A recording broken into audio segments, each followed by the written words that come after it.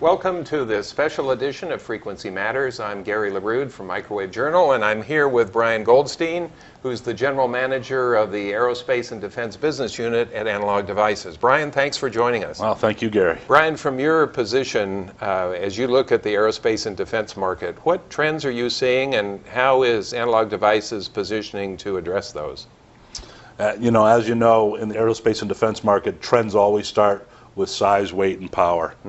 Smaller platforms like UAVs, handheld radios, microsatellites all require smaller, lighter systems that require less battery power.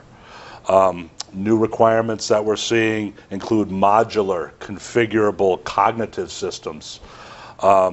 New systems are required to get to market faster. The money that's available for investment is smaller. So modular systems are being developed so that they could be reused from system to system over time. We can get to market faster. We can reuse these systems in multiple platforms. Software-defined systems that are cognitive and reconfigurable. For example, software-defined radios that sense interference signals, can self-avoid, can move the frequency, can change the modulation scheme in the face of interference. Another example of radar systems that can cover multiple frequency bands and multiple applications. Imagine radar systems that can do tracking, can do mapping, can do electronic surveillance and countermeasures, communications.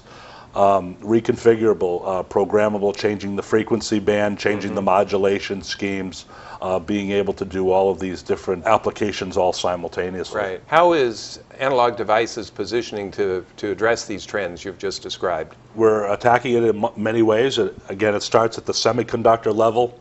We're designing on smaller nodes in silicon.